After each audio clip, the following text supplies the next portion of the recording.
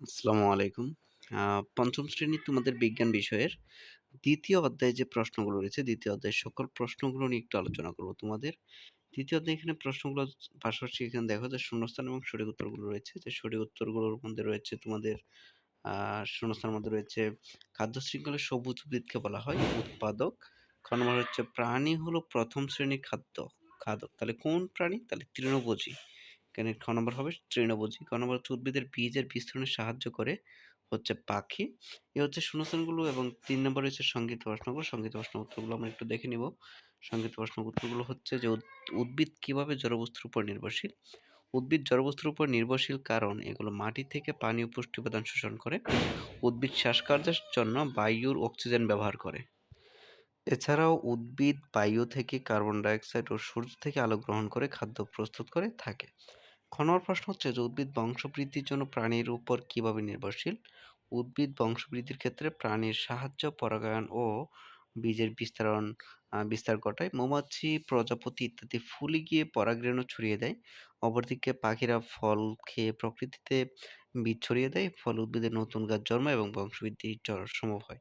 এটা হচ্ছে এভাবেই মূলত উদ্ভিদ বংশবৃদ্ধির জন্য প্রাণীর উপর এভাবে নির্ভরশীল।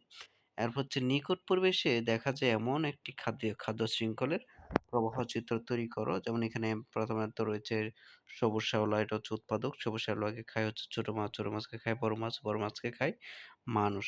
এটা হচ্ছে একটা খাদ্য শৃঙ্খল।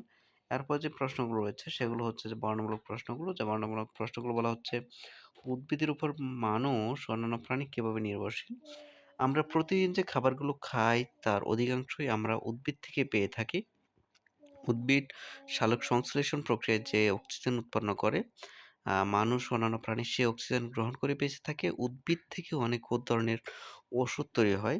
মানুষের ঘরবাড়ি, আসবাবপত্র তৈরিতে উদ্ভিদের কাঠ ব্যবহার করা হয়ে থাকে। পশু-পাখির আবাসস্থল নির্মাণেও উদ্ভিদের উপর নির্ভরশীল। খাদ্যের জন্য উদ্ভিদের উপর নির্ভরশীল। প্রাণীরাও খাদ্যের জন্য উদ্ভিদের উপর মূলত নির্ভরশীল। খ নম্বর রয়েছে পরিবেশের উপাদানগুলোর ভারসাম্য রক্ষা করা প্রয়োজন কেন? পরিবেশের যে উপাদানগুলো আছে সেগুলোর ভারসাম্য রক্ষা করা প্রয়োজন কেন? কারণ হচ্ছে জীব ও জড়বস্তু নিয়ে আমাদের পরিবেশ গঠিত।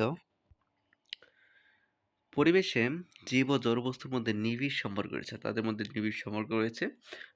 পরিবেশের উপাদানসমূহ হচ্ছে মাটি, পানি, বায়ু, আলো, উদ্ভিদ ও প্রাণী। এই উপাদানগুলো রয়েছে। উদ্ভিদ জীবের খাদ্য অনেক জীবের আশ্রয় জুগিয়ে থাকে। প্রকৃতিতে এই জীব ও জড় উপাদানগুলোর মধ্যে পারস্পরিক মিথস্ক্রিয়ার ফলে পরিবেশের ভারসাম্য বজায় থাকে। তাই পরিবেশে একটি উপাদানের ভারসাম্য নষ্ট হলে জলবায়ু পরিবর্তন, খরা, ফসলহানি, খাদ্যজাল ধ্বংস প্রভৃতি ঘটে থাকে। ফলে পৃথিবী বসবাসের অযোগ্য হয়ে পড়বে এবং সমগ্র জীবজগতের অস্তিত্ব হুমকির মুখে পড়বে। তাই মানুষ ও জীবজগতের অস্তিত্ব রক্ষার জন্য মূলত আমাদের পরিবেশের উপাদানগুলোর ভারসাম্য রক্ষা করা প্রয়োজন। আমাদের এই অস্তিত্ব রক্ষার জন্যই মূলত আমাদের পরিবেশকে ভারসাম্যগুলো রক্ষা করতে হবে। প্রশ্ন হচ্ছে প্রাণী এবং উদ্ভিদের পারস্পরিক নির্ভরতার আলোকে জীবজগতের শক্তি প্রবাহ বর্ণনা করো। পৃথিবীর সকল শক্তির মূল উৎস হলো সূর্য। এই সূর্যের আলো সবুজ উদ্ভিদের বা উৎপাদকের দেহে সালোক সংশ্লেষণের মাধ্যমে রাসায়নিক শক্তি হিসেবে আবদ্ধ বা জমা হয়। উৎপাদক বা সবুজ উদ্ভিদে এই শক্তি খাদ্য হিসেবে থাকে। প্রথম স্তরের খাদক যখন সবুজ উদ্ভিদকে খাদ্য হিসেবে গ্রহণ করলে এই শক্তি প্রথম স্তরের খাদকে প্রবাহিত হয়। মানে হচ্ছে প্রথম স্তরের যে খাদক আছে তারা সবুজ উদ্ভিদকে খাদ্য হিসেবে গ্রহণ করে। এই শক্তি প্রথম স্তরের খাদকে আবার প্রবাহিত করে। শক্তি পর্যায়ক্রমে প্রথম স্তরের খাদক হতে দ্বিতীয়, তৃতীয় সর্বোচ্চ স্তরের খাদকে পৌঁছে যায়।